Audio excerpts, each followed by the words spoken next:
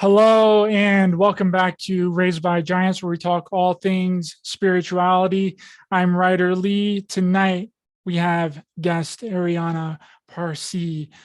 Before I introduce her, Raised by Giants is on Rokfin. Go over there, sign up for a Rokfin account. I release one premium video over there once a week, and it is less than a YouTube premium account. And you'll get all of my premium content when it gets released and all of the other creators' premium content as well. Check the link in the description to sign up for the video streaming platform, Rokfin. Also, if you would like to make a donation to help the channel grow and produce more content, you can donate on PayPal or buy me a coffee to help support my work. It is 100% completely optional and is unfortunately the only alternative other than monetizing the channel. And we know what happens to channels like this when monetization gets involved. And I want to keep this channel. I like being here. So if you can donate, I'd very much appreciate it. No donation is too small. And thanks to everyone that's donated so far. I appreciate all of you so much for your kind and generous donation. Check the link in the description for donation options. Thank you. So without further ado, introducing tonight's guest, Ariana Persei. Ariana grew up in Belgium in her late 20s. She started to open her eyes about the level of control and engineering in her life. Gradually, the level of strangeness in her life increased with experiences related to mind control in different scenes, healing workshops, so-called self-development, new cage, so-called conscious festivals, fringe and UFO scenes. She encountered a wide range of templates in gurus and handlers sent by the hologram to keep her programming. Some were sent to reprogram and access. She started creating online content from her own experiences about deprogramming and understanding subtle dynamics hidden behind the surface of the visible and also the simulation aspects from the game we are in. Hello and welcome to the show, Ariana. Thanks for coming on. How are you doing? I'm doing great, and I'm really looking forward to speak with you. Thank you so much for having me here. Yes, I'm looking forward to the conversation as well, where I really want to start with you is you finding out about a lot of the deceiving nature and trickery and mind control that's been happening right here within the spiritual community and other communities alike, like fake healings and fraudsters and, people that are really out there just for money. So how did you begin to discover this? Well, I think, for all the spirited beings here, it is really like a deprogramming journey. So I was very programmed. So my abilities also were very numb, and they still are to a great degree.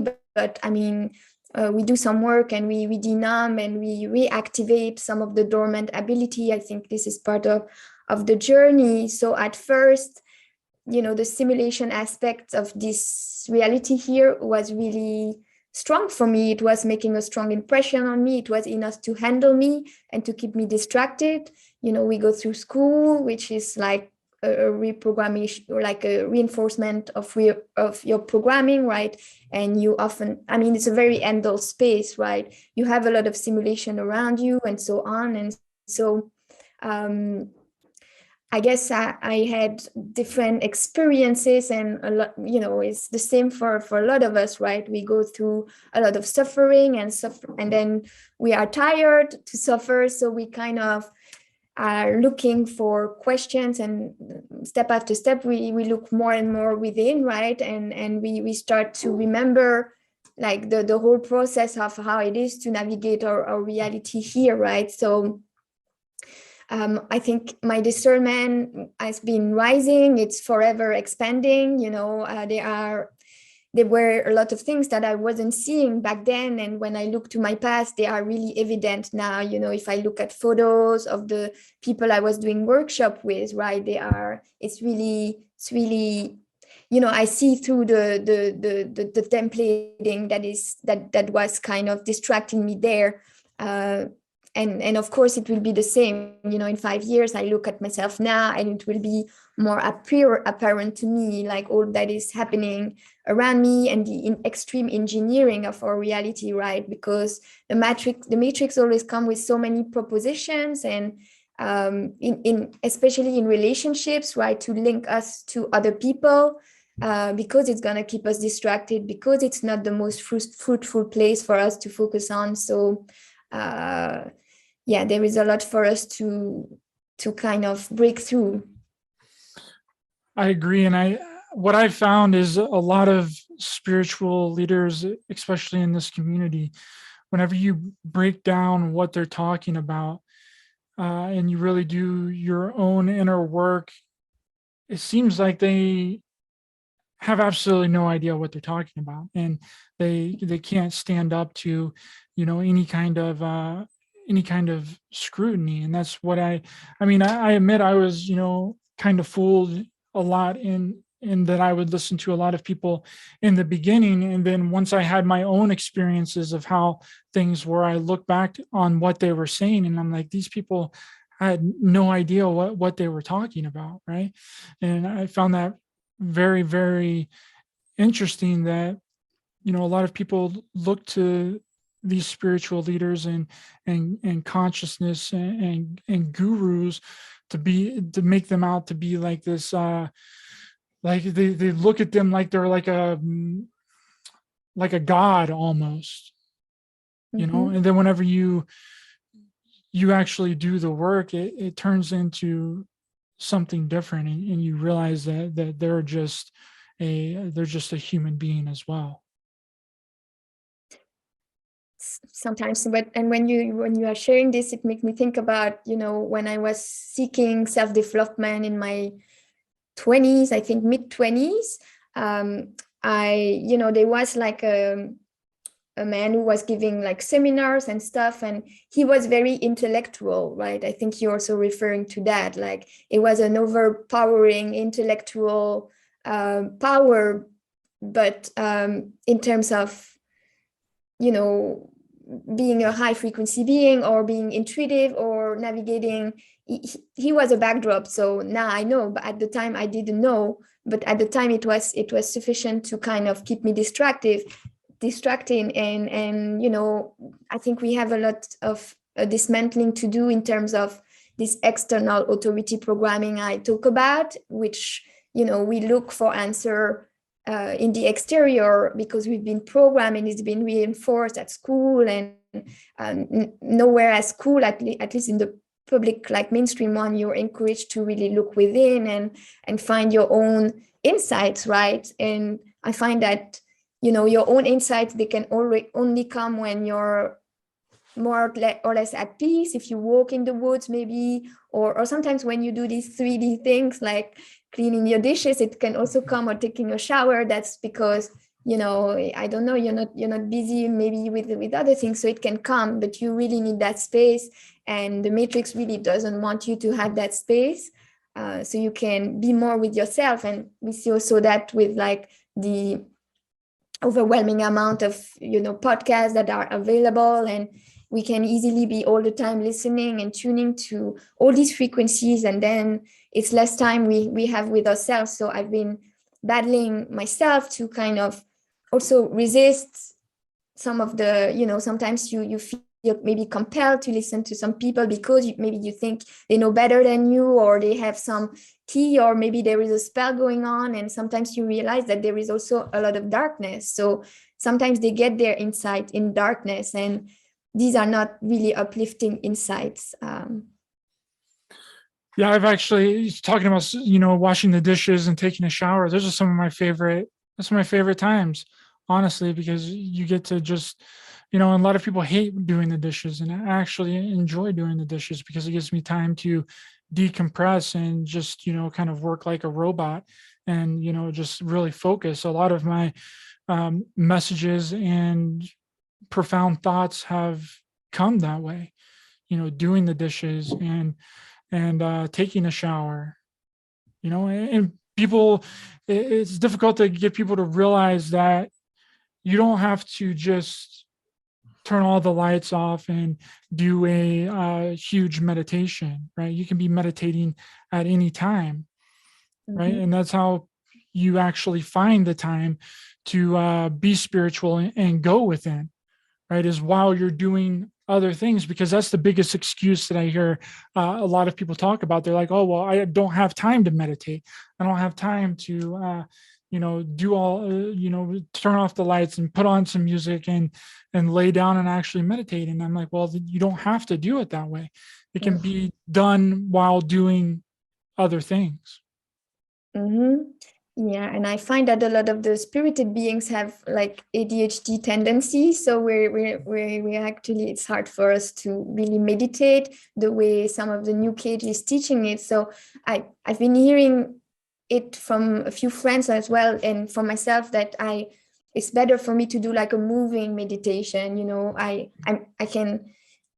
It's kind of finding my peace like this, or driving. Driving, you're not like meditating, but it can be a great space to just be with yourself. And definitely, it's very interesting.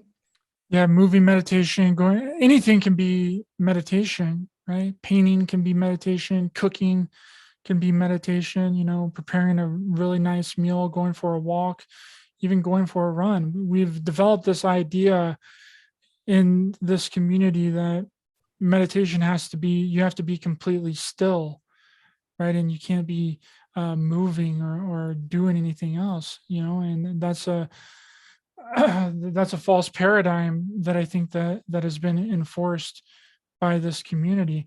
And another thing that, kind of irks me about, spiritual leaders and people in the community is that they think that everything is all love and light, and that that we're going to ascend into this new reality and this new earth concept and all of the stuff. And I don't believe that that's the way, that it works. Like, if anything, it's not a collective ascension, it's a individual ascension. And they've put out this idea that you can actually ascend in your physical body, but whenever you look up the definition of the word ascension, it's an after death ascension. Now you go someplace else after you die in this physical body. It's not anything physical. But I understand what they're trying to do. They're trying to create a positive outlook and a positive reality by saying all these things. But is that really helpful? Whenever you look at the state of the reality around us, I mean, and we know that our consciousness is and our belief in something is very powerful, but the problem is it has to be a collective thought, right? A collective. If everyone is on the same page about something, then that makes it way easier for us to bring that into our reality, right? And they've hijacked our beliefs and our thoughts and our ideas to a degree that where we are manifesting the things that we don't want in our reality by hijacking the collective consciousness and the subconscious of the population. Yes, and I find it, like along the way, I met many different beings, and some of them were fire creation beings, right? And I noticed that we are all at very different stages, with a lot of deceit, with a lot or not awareness about, these handling energies around us or these compressions. So I also understood that it doesn't look like it's going to be like this collective process that the new cage is talking about, right? It's more like it's a very individualized path, and it's like, for me, it's like finding my way to be sworded from the inverse, right? And it really depends also how we're going to navigate the moment of death, right? And if we're going to be fooled by any of the traps that they have set for us there now. I think it's been changing like the recent years. but I knew someone who's been recycled, so I knew this person as a being back then, and I know that this person has been recycled and is in another body now, because this being has not learned how to exit here and was fooled maybe by some guilt programming, right? Come back and do a better job, right? To be tricked back into the inverse. So for me, I hope I keep on being discerning, and especially discerning at the moment I leave this space to get the chance to evolve in other spaces that are maybe a little bit less dense and heavy, and where everything is inverted and very tricky, and where you get so much resistance. I mean, it's nice, it's a lot of work, right? We learn a lot like this, but it just makes it hard, right, every day, to find the motivation, to find the balance for our mental health, and to do all the things that are good for our physical health as well. It's a lot of work, and sometimes even if you do all the right thing, you still have these episodes where you don't fully understand what's happening to you, because what's happening to you is always multidimensional, and sometimes it's related to the nighttime or to your experience in other realm, and sometimes you don't understand why you have a longing or a nostalgia, or where suddenly what was really, you might have enjoyed your alone time a lot, but suddenly becomes like your own prison, and you don't understand what changed compared to yesterday, right? So it's very complex, and when you have to deal with it, it feels so real and so heavy. You have to process it, sometimes taking a few days to move through it. So I find it fascinating, because even if we grew wiser, but there are so many answers to still discover, and they are always to discover in the moment, right? Because maybe the answer that was working yesterday, it's not going to work this keen and not going to work today. So you have to find a new way all the time. Absolutely. I agree with that 100%. That's what I really try and do on this show, is bring different people on to gain different perspectives, because if we're not learning and if we still believe the same thing that we believed a year ago, then we've wasted a year, right? Where we could be growing and expanding our thought process and our beliefs. Have you ever asked or traveled? Have you ever been outside of your body? So I was interested with that. I read books. I listened to a lot of testimonies. I mean, I have a dream journal. I write a few lines. I'm consistent, but I'm lazy. Sometimes I have trouble to reread my own writing, but I put like just a few key elements.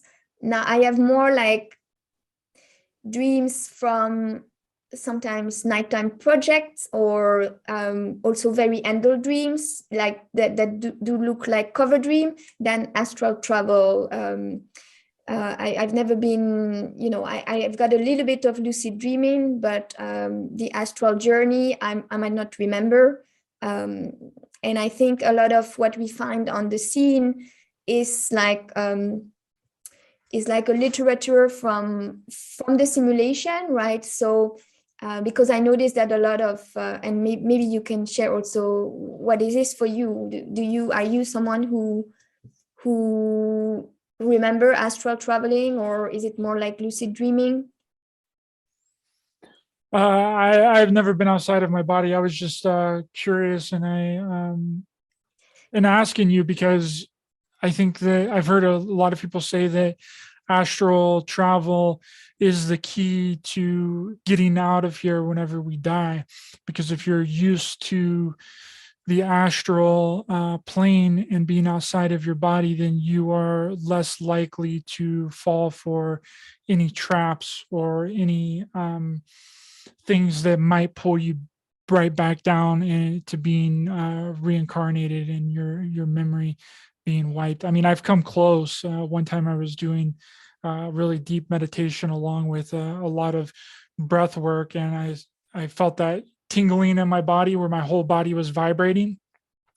Mm-hmm. And in my mind, I saw like a portal open up, and I got one leg outside of the portal, and then like snapped out of it, and I kind of, came back to reality. But I think that was the step to take to get outside of my body was, going through that portal, and I would have been outside of my body.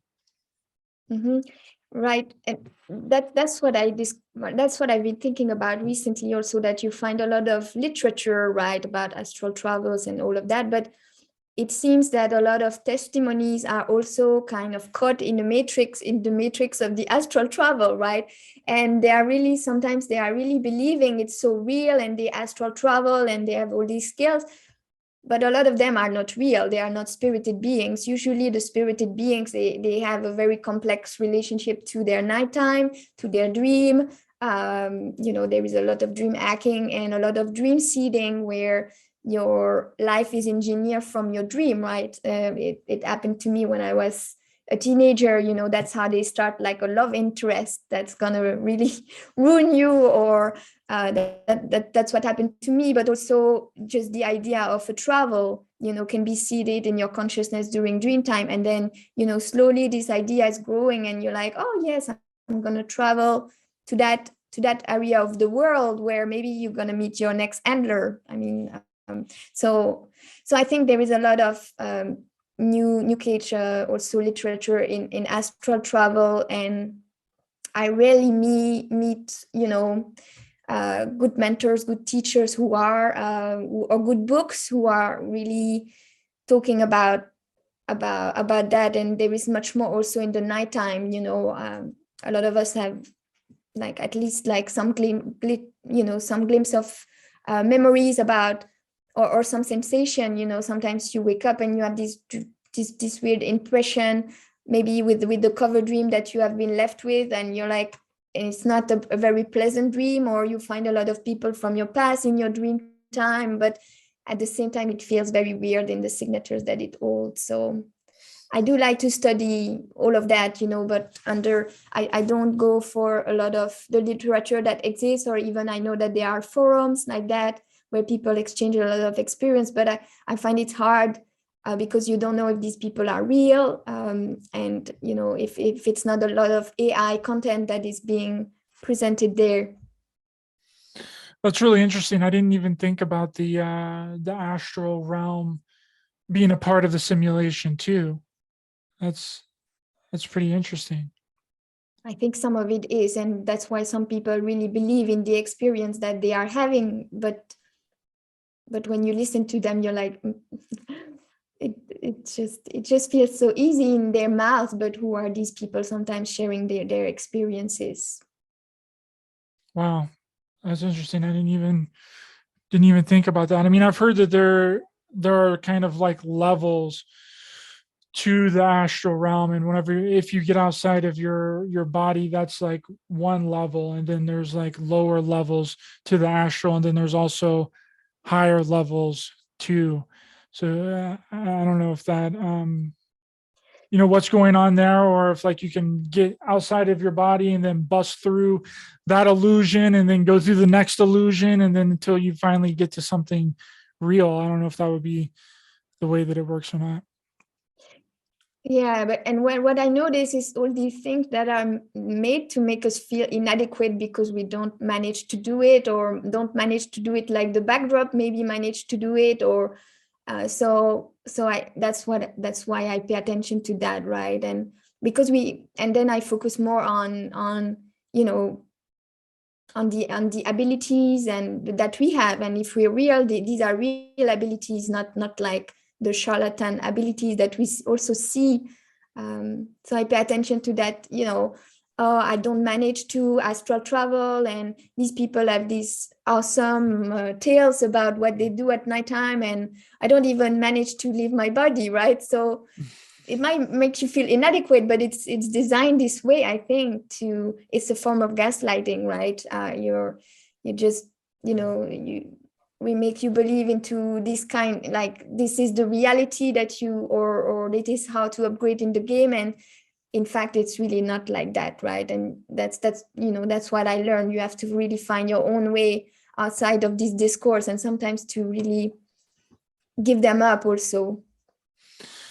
It's really important that you say that, because I feel the exact same way. There's a lot of people, a lot of contactees, and people that will have courses and be like, oh, sign up for my course and you'll meet your intergalactic family, and like they'll contact you and like all this stuff, and then people pay them all of this money, and then they never get anything out of it. They don't contact their, and it's the same way with healing people too. The whole healing aspect of this community, like they'll pay for a giant healing session or whatever, and then nothing. The healer is a complete fraud and a fake. It's very important to discern the kinds of the people that you're listening to, and the people that you're letting into your field, and it's hard too, because there's a lot of channels and people that will bring these kinds of individuals on their show and make them out to seem like that they're really legit. I've only really personally worked with one remote healer that I feel that was 100% real and legit, because I felt them working on me as they were working on me. And that's the only, and I haven't really had any healings by anyone else, because fortunately that was the very first person that I ever worked with. So that's really I don't really need to go to anybody else, because I know that this person works, and that they are real, and that they're legit, because I've had the personal experience. So what is your experience with some of these so-called healers and people that are in the community? Well, yeah. When I started to look for healing, I was in my 20s.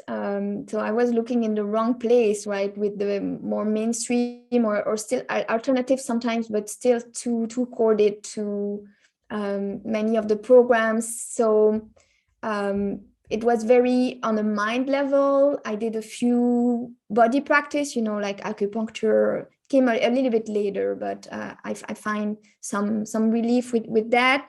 But it took me a few years before I find places where there was actually some healing happening. Yes, it's very complex between what people are saying that they are doing and what they are really doing. It's plus, if you receive a massage from a backdrop, you're going to be depleted from your energy. I mean, it's draining in itself. Just interacting with backdrop is already draining. And I also had an experience with someone who had real abilities and who I felt he was working on my field. I felt here also in my head, but I had to stop working with him because of some of his darkness also. So it was an upgrade because he's real, he's got abilities. There is some healing, but there is also some handling, and I find that a lot, right? That at some point I would feel some compression, like that everywhere was keeping me in a box. Or we find also that with the hive mind environment, right?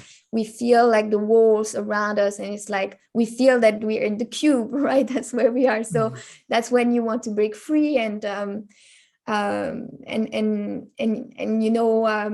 I found a great community also with Secret to Everything and Kimberly McJudd, that you had a conversation on your show, and that's how I discover your channel.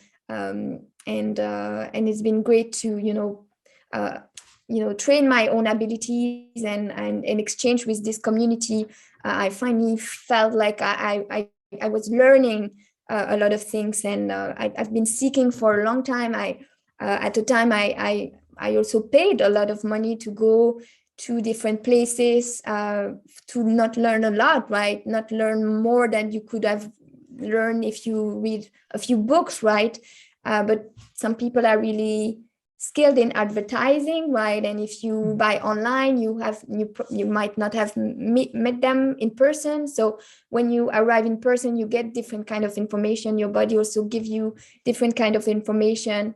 There is a lot of trickery online with, you're not in the same room, so you have to be very observant to track something. You have to be very consistent in looking how they behave with other people, what's their body language, is there a lot of AI in their way of speaking or in their eyes? Who are they, right? It really matters to know who you're working with, and like ideally you want to work with real spirited healer, right? And you have a lot of non-spirited healers out there, and a lot of corrupted also. You have a lot of corrupted real spirits as well, who might bring you some healing and might be interesting, but there will be some darkness, some engineering that is brought to your reality. So it's really hard to know also what do you want to choose? What do I want to choose for myself? Is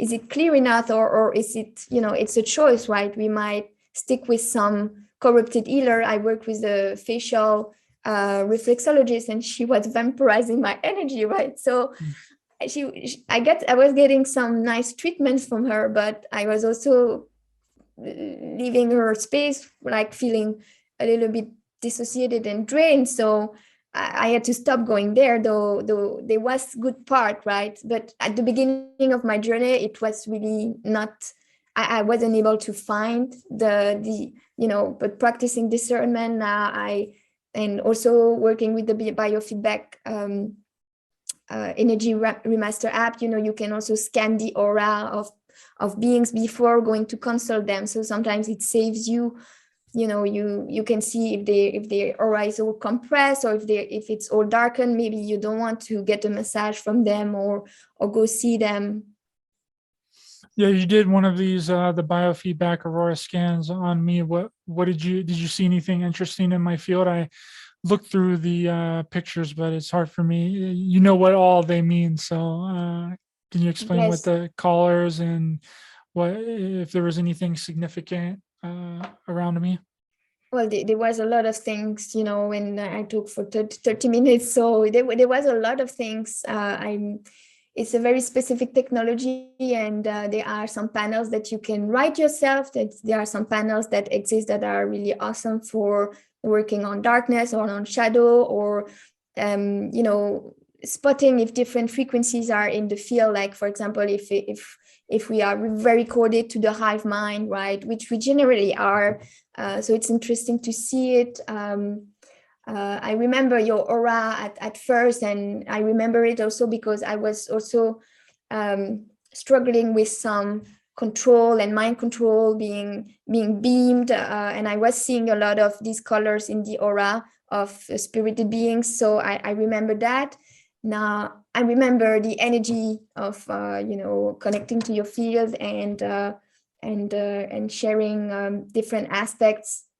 And you will it's a lot of information to listen to these 30 minutes. Sometimes it's overwhelming even to listen to 5 minutes. So it's too much information. So these scans, whether I do them for myself or for other people, or when I receive one, when I want more clarity about what I'm going through, I generally re-listen to them a few times, and sometimes 1-2 months, and I still re-listen to my old scan, because there is so much information that first you might miss some layers because it's just too much, right? So and then your perspective change along with time. So there are some things that you get a different way, like one layer deeper. So I like these multi-dimensional, either conversation or eating work, because it's not just a one time and then you're going to be bored of it. It's really something you can keep on working with, because it does contain some of the dimension. What do the colors of the around the aurora actually mean? Because I know different colors mean certain things. Like if you have a red aurora, it's anger, hate, and Yes. fear. And then the different colors mean something different. Is it normally one solid color that's around someone, or can it be multicolored, like a rainbow? it can be both. I followed a 4-module training to learn about actually the colors and different things that you can find in the aura, because you can also find programming lines, right, that tie you to they are showing that you are really tied to the matrix computer systems. So ideally, we want to see them move out of the aura. Now, an interesting thing is that sometimes if you see you're in this egg-shaped form, it means you're compressed and that handling is effective around you, right? And sometimes you will feel it. You're like, okay, it explains why I feel this way. Now, sometimes I scan myself. I was really feeling bad and I was experiencing something, and I scanned myself and it showed up like all dark blue. Like, this is not a nice color. You don't want to see that color in your aura, because it shows that really programming is really effective in your field, and it was quite muddy and dark. And I was experiencing, I was like cornered by my own programming, like my own guilt programming. And it was kind of leading me in a situation where I was not able to say no to someone or to put my boundaries because of my guilt and how I was feeling. So it was very interesting that I scanned my aura at that time, because I have the proof, and then I was like, okay, yeah, I need to move. And it gave me a mirror, right? Okay, I need to move out of this energy. It's yuck, it's not nice. So it also gave me clue, and sometimes you don't process everything at the same time. So you can see also the nice color, the purple and the healing green that we like to see as intuitive and healers. The pink also, and then you have more like the yellow is more the mind control, the dark blue, and then the light blue can be new energies coming. So when we see that color, especially if I do a few aura scan, to track the progress, you can also track if the person's field is receiving the frequencies or not, right? And if you see that light blue, it's a very good sign. It's like, oh, new energy coming your way. So you kind of adjusting to all the new balancing frequency that you just receive, and it's a sign that there is openness in the field, and very encouraging, right? So yeah, there are lots of things, and it's very fascinating, and how the colors are going to show, and where is it close to the body, where sometimes you see actually programming being beamed around the head, right? Like sometimes it can be V2K, you can be remotely monitored, and they can send you some kind of repeated negative core belief to reinforce your programming. You're a bad person, and you're never going to succeed anything in your life, which we all have to deal with that, right? So this is a complex reality we are in, where we need a lot of strength to remember all the positive core belief and what we want to manifest and work on all that is imprinted in us.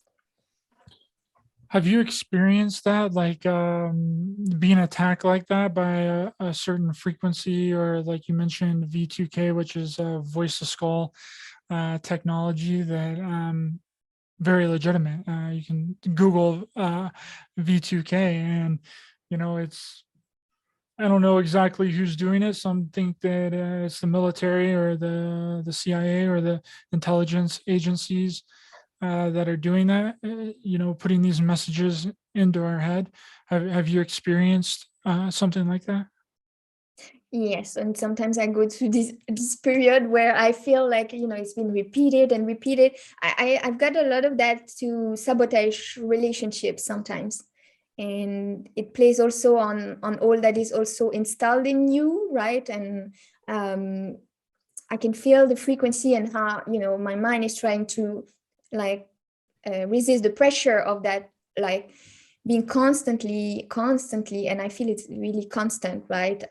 Then I've got my ear ringing, like most of us, right? From time to time, beam at my left or on my right. So my implants, I try to pay attention when it's going on. Sometimes I feel bad after 1 hour after it happened, or sometimes I've got body things like my blood sugar dropping, or suddenly I feel weak, or I always pay attention. But I think, which I didn't do, but sometimes I try to remind myself to do, is the best thing would be to keep a journal about it, and when it manifests, and to try to see some correlation with that.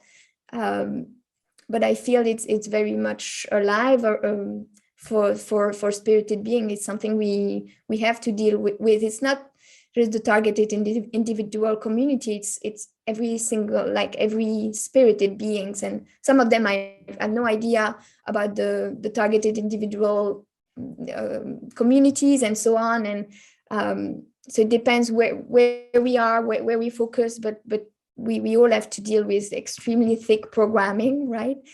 And to find our way, because we do, as you mentioned, we do manifest from it. So it can be really frustrating to keep on manifesting, like many, for example, abandonment issues, right? Or pre-programmed abandonment that you will manifest in your relationships, or sabotage is another one, right? You like, let's sabotage this collaboration, and you also have to deal with some programmed parts in you who are in charge of sabotaging yourself, right? So it's not only exterior, you also have to deal with like all this software that are installed in you, and that you learn to know better, right? Because then you can manage them better, and you can overcome the writing of the software sometimes, right? And then you can build a more successful life for yourself, which I think we are all trying to do, with some trials and errors. Some years are better than others. Sometimes the energy is more supportive than others. Sometimes we have like hard chapters to go through, if we have some losses or some grief to process, right? And we need to gather our courage again to come back and try again, but also remember that we are also all where we are upgrading, right? And all that we have learned, and a part of it stay with us despite the fact that they are memory wiping us, and that they are really trying hard to erase our progress, right? I don't know about you, but sometimes I listen to things, or I read things that I've written like 1-2 years ago, and I feel that it's been erased from my memory. I'm like, I can relearn from myself sometimes, which is nice. And I do re-listen to some of the things I record, because it's a nice way to remember something, to remember what state you were in, and also to self-teach yourself, right? Yeah, absolutely. I do that sometimes too. I'll go back and listen to an old show or something, and then I'm thinking, where did I get that from? You know what I mean? Like, holy crap, like that was crazy good, And then and then I don't even remember it. I think that there's definitely something to that they are trying to, because I think we only have a certain amount of memory processing power that we have, and then some of it gets really compartmentalized in our brain. It doesn't mean that it's necessarily gone. It's just kind of buried really deep down in there, and it takes something to trigger that memory to bring it back to the forefront of the mind. And the older that I've gotten, the more that I feel like I'm on like a one track thing. Like it's hard for me to focus on and remember multiple things all at once, unless I'm in that kind of flow state where I can just bring things up to the front of my mind really easily. I used to be way better at it whenever I was younger.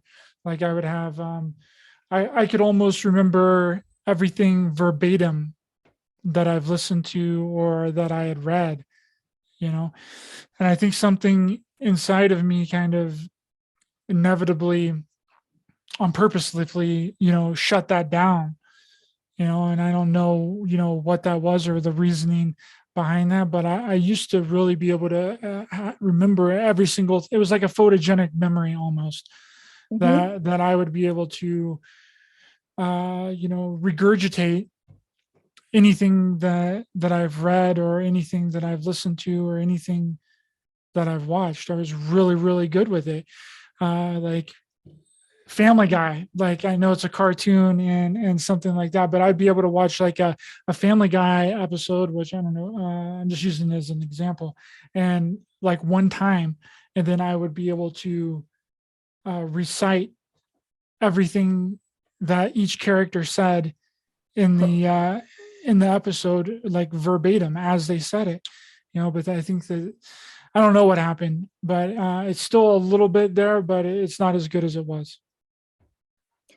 It's very interesting. I think, like in school, they train a lot the photographic memory, right? But it's also, I think, because they have a use for it in the project, right? And I used to have like a good photographic memory, which I cannot do like you. I cannot do the things that I was doing, like studying as I was studying when I was, 18 or so. I could not do that. But I wonder also if it's not like specific alters that have these abilities. And then if you work on integrating your alters, you don't have these abilities in the forefront, but they're still there. Because once I had deleted a lot of names, and I was trying to remember them, and they were all coming back, right? Sometimes beings I didn't even know I knew their last name, and it was all coming back. So it is all stored somewhere. But yes, it's a matter of finding a way to access it. And yeah, we have many dormant abilities, and sometimes if we don't have a use for them, they kind of become also maybe lazy or take another form, right? So yeah. Yeah, they adapt in a different way, and it's really interesting too how children are really open. They have a lot more abilities. They're really easily accessed. Like they can see into different realms. They're more psychic, and then over time, it very few people are able to carry that over through being a teen, through all the programming of grade school, middle school, high school, and then on to college, because those kinds of abilities aren't something openly talked about. Like I remember being really young and, seeing beings come out of my walls every night, faces morphing out of the walls, and then whenever I would mention something about it to my parents, they thought something was wrong with me, and they were like, oh, there's something wrong with his eyes. Let's take him to the eye doctor, Mhm. and then went to the eye doctor, and then, I just played dumb after that. I didn't bring it up anymore, and that's a real travesty that we've done to the children of the planet. We've purposefully shut down any kind of spiritual abilities or psychic abilities that they had. And I also remember as a child being very psychic as well. Like I'd be able to tell somebody something before it was going to happen. I'd be able to accurately predict something that was going to come on the radio before it came on the radio. I would say Mhm. out loud what the next song was going to be. I didn't even know the song.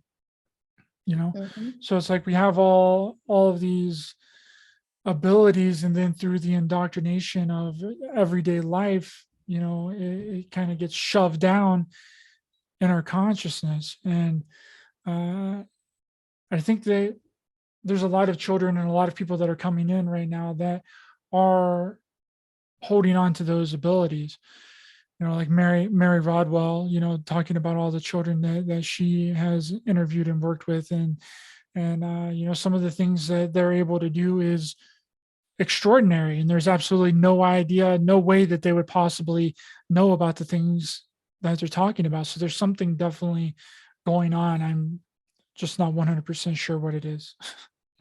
Mhm. Mhm.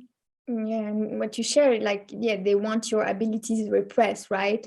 And they also don't want you to trust in your abilities, because the more you trust what you experience, with yourself, the more you're gonna have discernment, So you're being heavily gaslit, and you have all this pressure around you telling you what you see is not there. So it's an extreme form of being gaslit, right? Where we tell you your reality is not how you are experiencing it. So, and then it's a journey to kind of, and I was thinking, like, I think we all had that, like telepathy, you could read people's mind, but were you really trusting what you were reading? In the past, I wasn't like, I was just feeling an unease because I could read some things in the mind, but I was not consciously knowing that that's what I was doing, because no one taught me that, or I wasn't sure I had abilities because of the heaviness of the 3D all around us, and how school encourages us to look a certain way and learn a certain way and behave a certain way. And so I think it takes time, right? You need time to learn how to re-navigate your own abilities and train them as well, and rise your frequency. And sometimes it comes with denumbing the body, right, or doing some specific healing, right? And it's going to be different for any of us, but that way, you can, and there is a stage where also you trust more what you don't dismiss it. They really encourage you to dismiss it, so you lose a lot of time when you dismiss, because you need like 3 times a proof, right? Where, well, sometimes one time the proof is enough for you to know that this person doesn't deserve your trust, for example, right? Or that this is a red flag and you don't need 3 red flags. You can trust that first red flag that is a major one, and it tells you enough about what you need to know, so you can make a decision for yourself, right? Yeah, and I think if people are really curious, and they don't want to listen to their intuition. They don't want to listen to the, what they're hearing about something. So they're like, oh, well, that's probably not going to happen. And then they go the different route. And then it does end up happening. And they're like, shoot, I should have listened to the first message that I got. That's been the issue with me as well. Like, I'll have an intuitive thought, or I'll receive some kind of information, and then I just do it anyway, because I want to figure it out. I want to be like, because how am I going to know if that was supposed to happen if I don't actually do it? And then, but not realizing that if you would have listened, then it wouldn't have happened in the first place.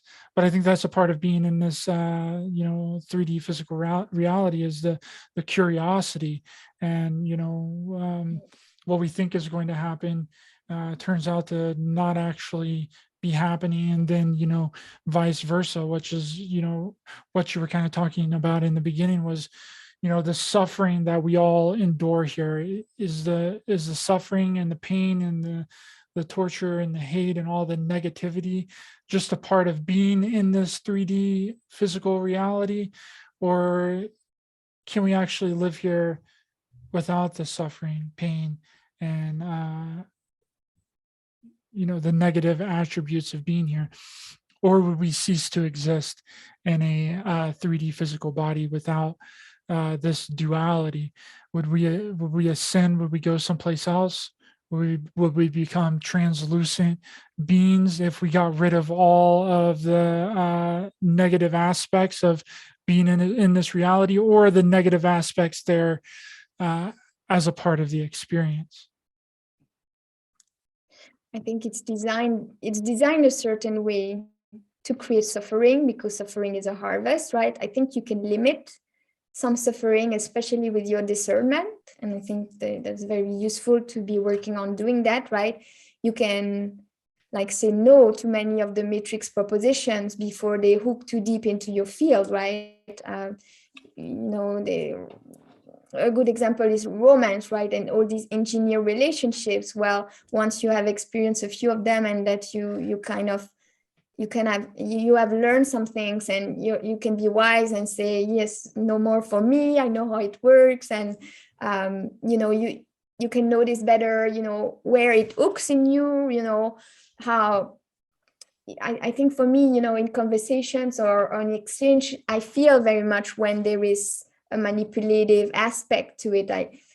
Sometimes I need to feedback with myself after, especially if it's people with abilities who are able to kind of access your brainwaves and stuff like that. But yeah, you can really, how you feel with people is also going to tell you, now, are you listening to that? It's a matter sometimes of listening to ourselves, or not finding excuse also for what we witness around us, and all of that. So or blame illusionary outside sources. That's what people really love to do, is pass the blame on to someone else instead of looking within. And we see this in the top-down society that they've created. It's always someone else's fault.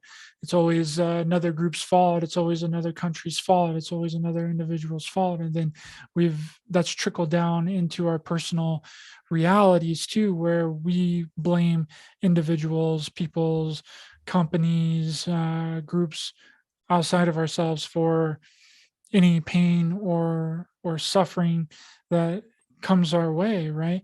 Instead of, bringing love to the pain and the suffering, we just push it off on to something else or someone else and blame this outside source for creating the circumstances, not realizing that it's us, that we are the problem, that we are the one to blame, and we don't ever take that responsibility.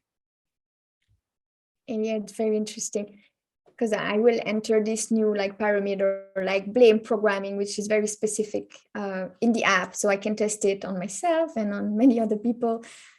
But yeah, I think it's to encourage or to discourage the successfulness of shadow work, right? Because there is this constant culture around, and shadow work is difficult because there is this deflection is constantly encouraged, and it's built a certain way with mind control, where if you suffer, you're encouraged to put the blame on someone else, because it kind of gives you a relief temporary of feeling that pain, but is encouraged by the matrix heavily. So while you are projecting and deflecting, you're not really understanding where it plugs in you and your own shadow, and how it's overruling you sometimes. Because shadow work is the real threat also of the matrix, because that's a main way where how the gamekeepers like to play their game, right? By this constant deflection. And so what you were sharing kind of also triggered that kind of vision. That's also a reason why there is so much encouragement in programming to project the blame outside. It's a way of never finding the answer inside. Absolutely. I agree so much. Where can people contact you, Ariana, for if they wanted to get a scan or find out more about your work? Where can they do that? Well, I've got my website, ariapersei.com. I'm also on Facebook and Instagram. I think these are the main ways. I have a web form on my website where people can send me a message. I also take questions, for future inspirations. I do videos on my YouTube channel. I try to decipher programming and to bring the universal lessons that I'm learning, also because I think I see that we all deal with certain aspects of programming that are universal. Now there are also a lot of specificity to what we are experiencing. So I also teach and give courses about practicing discernment, right? And we go over images, and it helps to train in discernment, because I think it's one of the main ways where we are less easily fooled here. And I wanted to thank you for taking that time to discuss with me. It was really great to be in the space with you. I really enjoyed it. And I'm thanking you for creating that space. Thank you for coming on. I very much enjoyed the conversation as well. The links to Ariana's information will be in the description of this video. For everyone else, thanks for watching and listening. Much love to everyone in the chat. Please be sure to hit the thumbs up button to help the channel out in the algorithm. Share, subscribe, hit the bell icon as well for notifications. The link to my channel on Rokfin is in the description. Sign up over there. Hit the follow button for my premium content. Also, you can catch this episode and any of my other episodes on Apple Podcasts, Spotify, iHeartRadio, Google Podcasts, and download them individually to your device for free on Spreaker.com. Links are in the description. And remember, we're not only in a spiritual war, but a war on humanity. Stay aware, stay alert, keep loving your heart for everyone, stay safe out there. And if you can see through the illusion, you are the solution. See you guys next time.